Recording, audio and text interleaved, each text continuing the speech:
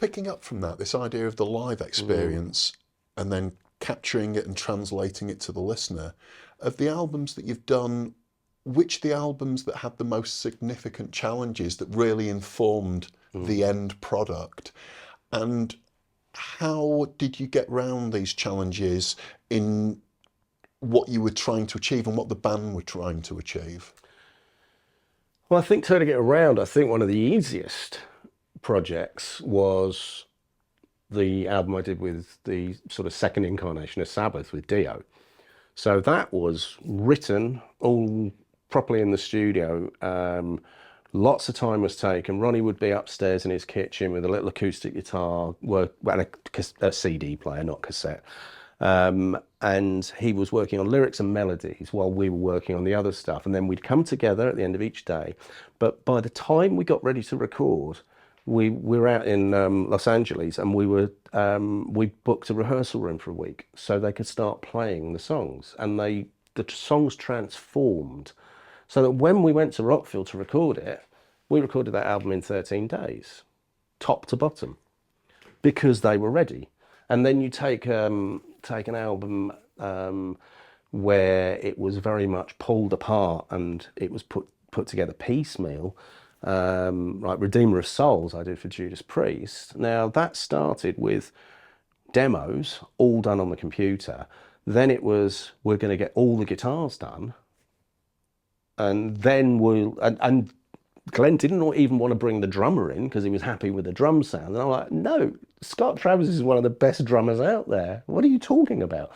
So piecemeal piecing together an album, that took from start to finish 14 months, not 13 days, you know.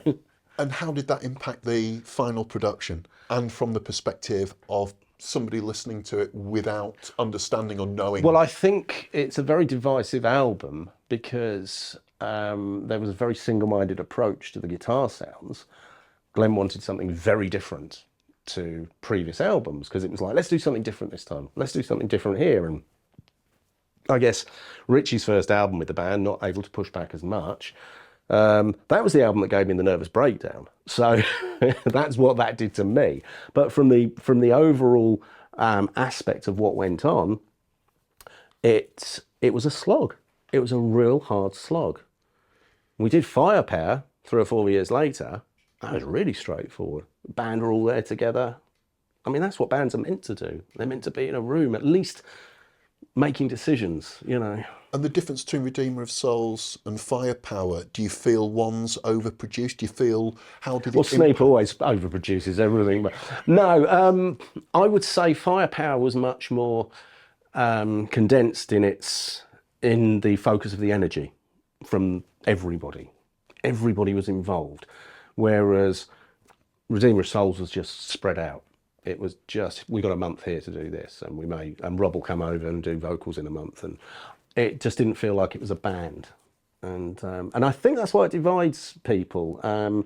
It's a different sounding album, but then, I mean, you know, you've got a band that's done 50 years.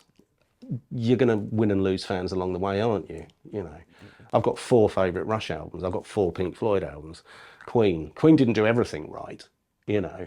I mean, they just changed as they went through. So you're going to pick portions of time which are your favourite.